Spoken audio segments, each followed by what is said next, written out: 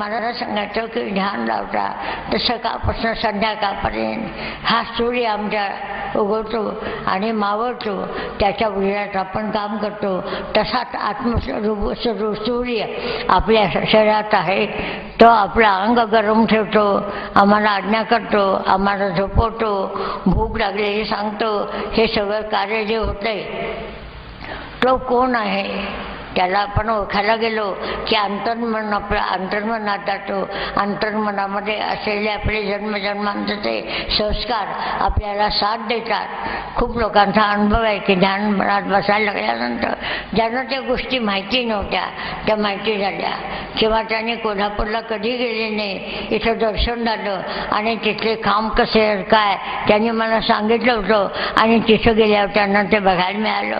म्हणजे आत सुद्धा टाकलेलं खूप आहे. तेव्हा चांगलं वाईट दोन्ही बाहेर येतं. वाईट असं ते पण येतं. लोक ती पण तक्रार करतात, खूप वाईट विचार येतात. ते एकदा विचार सगळे निघून गेले की मग चांगल्या विचाराकडे लागतो आपण. तर हे सगळं बाहेरचं जे राहणीमान आहे आपलं विचार आहे, आपल्या लोकांशी संबंध आहे, ते कशा तऱ्हेचं आहे. आणि ते कोणी आलं नाही, कोणी आलं, मी अमकं ठरवलं होतं मुलगा इंजिनियर व्हायचं, तो आता त्या मार्गाकडे जातच नाही म्हणतो, म्हणून डोकं धरून बसून उपयोग नाही. तो मुलगा तुमचा नाही आहे, तुम्ही येताना घेऊन आला नाही, जाताना घेऊन जाणार नाही. तेव्हा त्याला सांभाळायचा अधिकार तुम्हाला आहे. कर्तव्य कर्म करा आणि बाजूला व्हा. त्याचा सबंध जीवनाशी तुम्ही एक रूपू शकणार नाही. त्याचा विचार तुमचा विचार एक असेल असं होणार नाही, कारण तो जीव स्वतंत्र जन्माला आहे, त्याचे विचार स्वतंत्र असणार. तुमच्याशीच तसेच विचार असतील, त्याची तीच आवड असेल असं होणार नाही. प्रत्येक जीव स्वतंत्र आहे. त्याचं कर्म वेगळं आहे, त्याचं कार्य वेगळं आहे, त्याचा गुण वेगळा आहे, त्याचा स्वभाव वेगळा आहे, त्याची शरीर प्रकृती निराळी आहे. ह्यात तुमचा मुलगा किंवा मुलगी तुम्ही बदल करू शकत नाही किंवा पूर्ण अधिकार त्याच्यावर देऊ शकत नाही. हे एकदा तुम्ही मनानं जाणलं म्हणजे तुम्ही कुठेही अडकत नाही. काम करता, कर्तव्य करता, पण कशात अडकत नाही. कर्तव्याचं एवढं कांद्यावरनं टाकलं की तुम्ही मोकळे होता. तर अशा तऱ्हेनं आपण ह्या साधकांना एक वेगळ्या पद्धतीनं आपलं जीवन बघायची सवय झाली पाहिजे. तर मग आपल्याला साधन तर करतोच आपण, पण दैनंदिन जीवनामध्ये किती शांती आणि समाधान मिळतं. जे असेल ते समृद्ध वाटतं, आपल्याला पुष्कळ वाटतं. आणि जोपर्यंत तुमची हाय वाढत जाते आणि आता वाढतीच राहिली, त्याला काही ब्रेकच लागत नाही. किती पाहिजे आणि कुठं थांबायचं. आणि पूर्वीचं माणसं म्हणायची आता पेन्शन झाली, फंड आला, घर बांधलं, पेन्शन आहे, आता काय पाहिजे आपल्याला. असा आता एखादा लाखाचं मनुष्य म्हणणार नाही. आता त्यांनी 2-4 घरं पाहिजेत, काय काय पाहिजे काही सांगता येत नाही.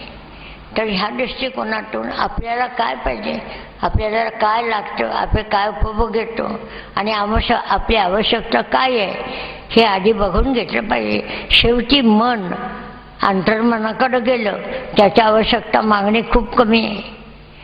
पण आम्ही जे बाहेरचं जग बघून जे तडफडच असतो, हे आमच्याकडे नाही, ते आमच्याकडे, ते आमच्याकडे, आणि मग ध्यान नाही लागत. तिकडेच मन असतं. जेपर्यंत ती वस्तू घरात येत नाही आणि त्याचा उपभोग घेत नाही तुम्ही, मग घेतला उपभोग की 15 दिवसांनी दुसरं काहीतरी, असं सतत आपली मागणी आणि पुरवठा ह्यात जर आयुष्य घातलं आपण तर मग काही मागणी ईश्वराची करा आणि काम घरचं करा असं सांगतो मी. संसारामध्ये लक्ष द्या, जीव नका म्हणत नाही, अगदी दक्षतेनं राहा, पण लक्ष परमेश्वराकडे ठेवा की त्याच्यामुळे आज आपण गेलो, त्याच्यामुळे आज आपण झोपलो, त्याच्यामुळे आपल्याला चवी कळल्या, त्याच्यामुळे आपल्याला हे ज्ञान झालं, असं सतत एक अनुसंधान ठेवा. मूर्तीचं ठेवा, परमेश्वर म्हणजे परमेश्वरी सत्तेचं ठेवा. नाहीतर जैन मूर्ती मानत नाही, काही हरकत नाही, ज्याला जे आवडतं त्याचं ठेवा. एखाद्या माणसावर विश्वासाचा त्याला माध्यम ठेवा, पण काहीतरी हा आधार घेऊन पण हे जीवन आपलं सुंदर करण्यासाठी मागं लागा. जीवन व्यर्थ नका घालू आणि भरती मागणी पण ठेवू नका. एकदम समाधी मिळाली पाहिजे, मुक्ती मिळाली पाहिजे, जन्म याचा उपयोग नाही, हे 7-7 वर्ष तपश्चर्या केल्याशिवाय मिळत नाही. आज आम्हाला समाधान आहे की नाही, आज आम्हाला शांतपणा झोप लागली की नाही, आज आम्ही आनंदात आहे ना, उद्याचं बघू, असं इतकं तुमचं समाधान कमी करत आला म्हणजे तुम्हाला आहे त्याच्यात अगदी राजासारखं सुख वाटेल, काही कमी वाटणारच नाही, जाणवतच नाही काही कमी. तर हे सगळं आपण पहिल्यांदा शिकलं पाहिजे. यम म्हणजे संयम केला पाहिजे मनावर. नियम एक करता 6 वाजता जाणार बसता, 5 वाजता बसता तर 5 वाजता बसलंच पाहिजे. आज मला कंटाळा, रात्री झोपायला उशीर झाला असं चालणार नाही, काही हरकत नाही. झोपायला उशीर झाला तरी 5 वाजता बसायचं, मग तुम्हाला थकवा येणार नाही. मनाचा थकवा फार असतो शरीराच्या पेक्षा, तर ते बसायचं म्हणजे बसायचं.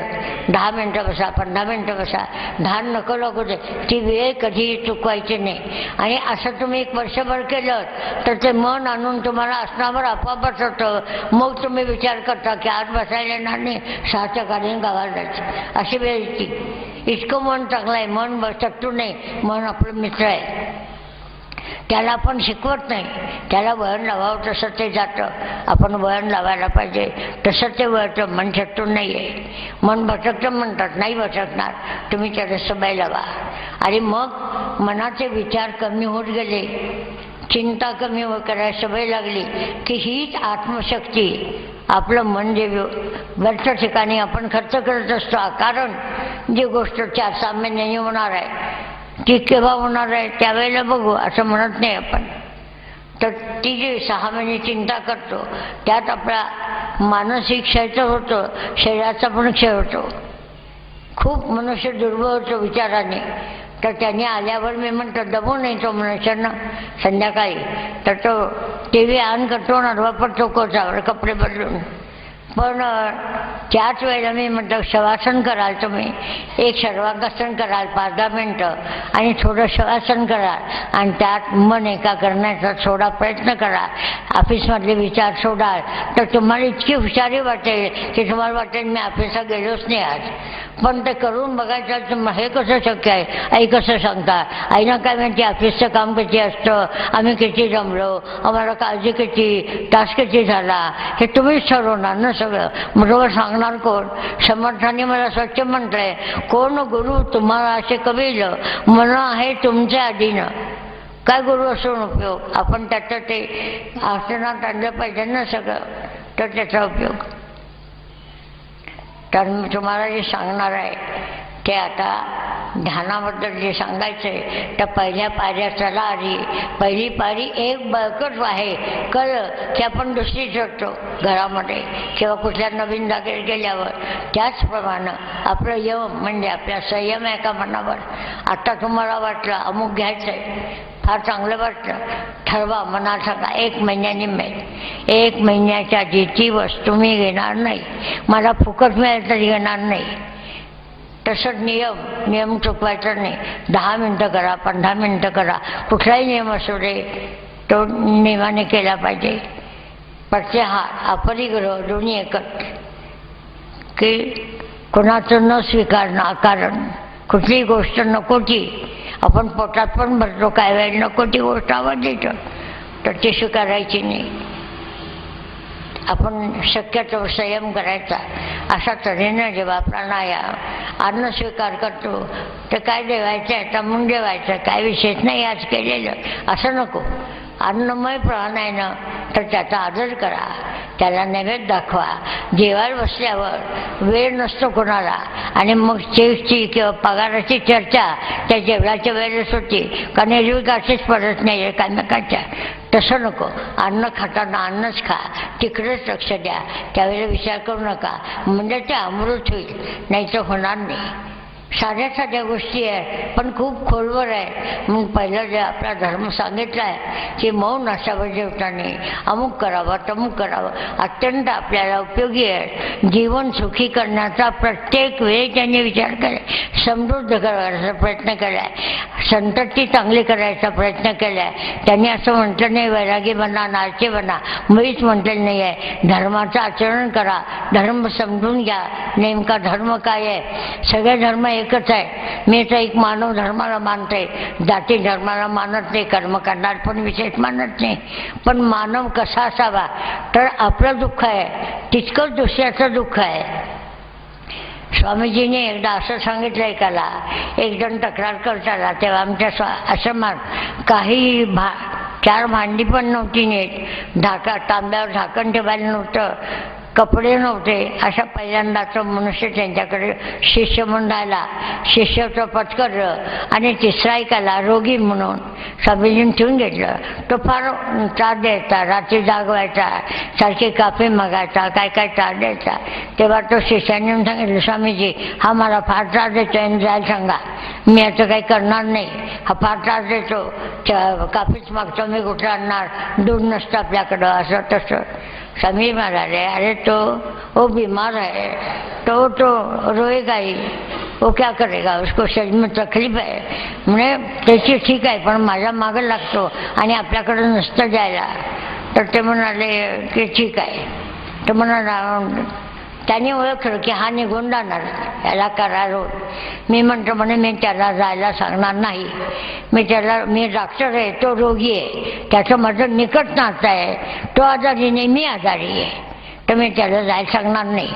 मग हा यानं ठरवलं की आता जायचं. आणि त्यानेच मला सांगितलं, 35 वर्षांनी मला गंगेकाठी येऊन बसले. त्याने म्हणाला, मेरा अनुभव है माताजी, मैं कब से चला जा रहा था और पक्का किया तो स्वामी जी रात को आहे.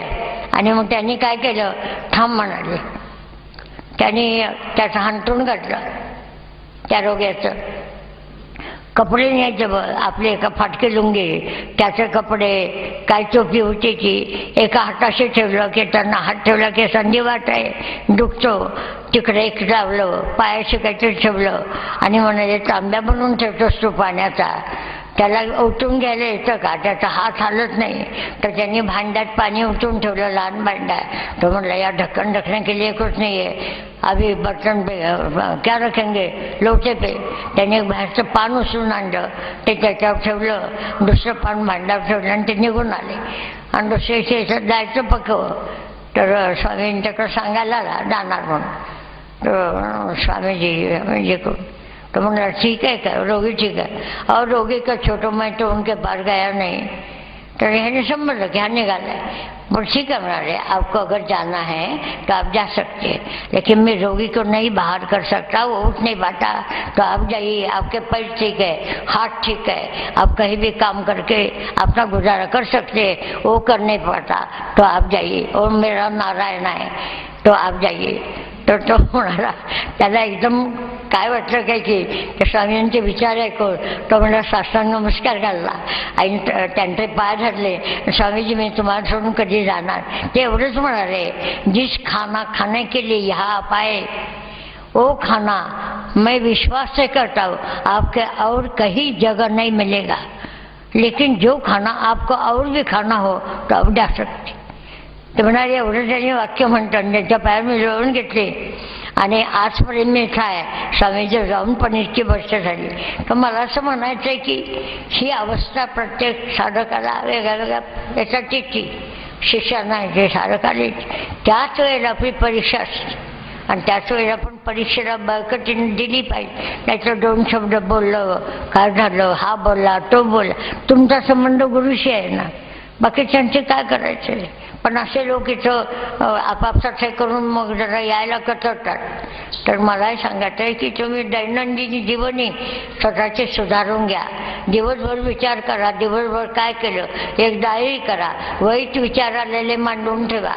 ते कुणी मला पाठवत नाहीत, पण जप इतका केला, आम्ही अधिक महिन्यामध्ये करायचं ठरवलंय, शिवरात्रीला असं केलं, म्हणजे त्याच्याच बरोबर दिवसा काय काय केलं तो पण एका पानावर कळवलं तुम्ही, म्हणजे वजा टाकून पुण्य किती राहिलं मला सांगायला येईल. तर सांगायचं कारण आपल्याला चांगलं बघतो, आपण वाईट बघत नाही. तर आपण साधक आणि नेहमी आपलं वाईट बघितलं पाहिजे. माझ्याकडं नाही, कोणाला जर बोललं गेलं तर दिवसभर मी विचार करते, काय फायदा झाला, काही फायदा झाला नाही ना. मी जर कठोर बोलले, कशाला बोलले, तो निघालाच होता ना आपल्या घरी, आता काही फायदा नव्हता ना, कशाला बोलायचं, काय माझा त्याचा संबंध. ठीक आहे, माझा शिष्य असेल, माझा संकल्प असेल त्याला घडवायचा, पण सत्य संकल्पाचा दाता परमेश्वर आहे, मी नाही. मग मी का बोलले, मला काय करायचं असं आम्ही मनाला घेतो, अजूनही घेतो आणि शेवटपर्यंत घेणार आणि घ्यायलाच पाहिजे. तरच आपली आत्मशुद्धी होईल आणि आम्हाला आत्मानंदामध्ये तिथे क्षमा नाही आहे. तर हे लक्षात ठेवून तुम्ही जेवढं काही करा चांगलं करायचं का, वाईट विचार टाकून द्यावे, कुणाचे काय प्रसंबंध नाही. त्याचं भल्यासाठी काय करायचं ते आपण करू शकतो, त्याच्याबद्दल वाईट पण आपण घेतो, पण आपल्याला खात्री पाहिजे की ह्यातून तो चांगला निर्माण होणार आहे, मग त्यावेळेला करायला लागतं. पण ते त्याच्यासाठी करायचं असतं, आपल्यासाठी नाही, हे लक्षात ठेवायचं. त्यातनं आपला लोभ काही नाही. त्यांना 2 शब्द कटू बोलले आणि निघून गेला, काही हरकत नाही. तो त्याचं भलं झालं पाहिजे, तरी तुम्ही म्हटलं पाहिजे की त्याला कळलं नाही आहे, जाऊ दे, पण त्याचं भलं व्हावं आणि कोणाकडे तो जेवेल पण त्याचं पोट भरावं, मला त्याचं दुःख नाही, असं आपली ही पाहिजे मनाची धारणा पाहिजे. एवढं सांगायचं मला. 11:30 झाले. कोणाला काही प्रश्न विचारायचा असा तर दुपारी वेळ ठेवला, दुपारी वेळ दिला असेल. चिंतनिकेसाठी दिले. चिंतनिकेसाठी दिले. किती वाजता दिले? 3 ते 4. 3 ते 4 ते चिंतनिकेसाठी आहे. हा म्हटली का? हा वेळ प्रश्नोत्तरीसाठी आत्ताचा वेळ होतो, म्हणजे अजून आहे वेळ, अजून 20 मिनिट आहे. काही प्रश्न विचारायचे लिहून देऊन सांगायचं, म्हणजे मी दुपारी संध्याकाळी काढा द्या. संध्याकाळी 6 ते 6:30. तुम्ही आत्ता ऐकून तुमच्या मनात जे काही प्रश्न निर्माण झाले तर तुम्ही लिहून द्या, मला ऐकायला येत नाही. प्रश्नाचे उत्तर नाव द्यायचं असेल लिहा, न लिहायचं न लिहा. हरी. आणि एकदा तुषार्थ हे पाहिजे. हा, तुषार्थ असला, तृषार्थ असता सुरुवातीचं म्हटलेलं. हां हां. तुषार्थ सता दशामृत सिंधू की सापडे, तपस्वी अवधूत सद्गुरु तसे मला भेटले, कृतार्थ मन दाहले सुकृत सर्व आले फळा, अनन्य गती वंदिते शरण तत् पदा मंगला. हरि ओम तत्सत. स्वामी शिवानंद. नमस्ते.